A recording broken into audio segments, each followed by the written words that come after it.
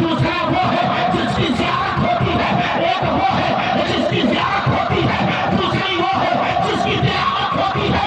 सुनो मुकम्मल तरीके से, जिसकी ज़ियारत होती है उसे रसूलुल्लाह कहते हैं, जिसकी क़यामत होती है उसे कलामुल्लाह।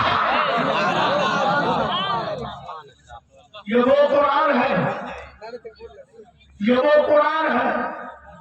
मरकुश में हजरत यहया अलैहिस्सलाम फरमाते हैं in the way that you suffered, Shakespeare, I shall receive a crown of glory that he cannot away.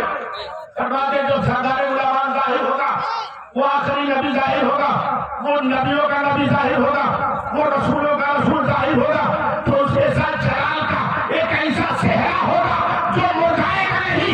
उम्मतियों ने पूछा हुजूर वो जलाल का सेहरा क्या है?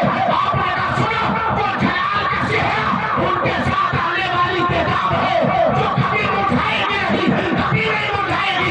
सवाल पैदा होता है आखिर ये कुरान महफूज रहेगा, कहाँ महफूज रहेगा, कैसे महफूज रहेगा?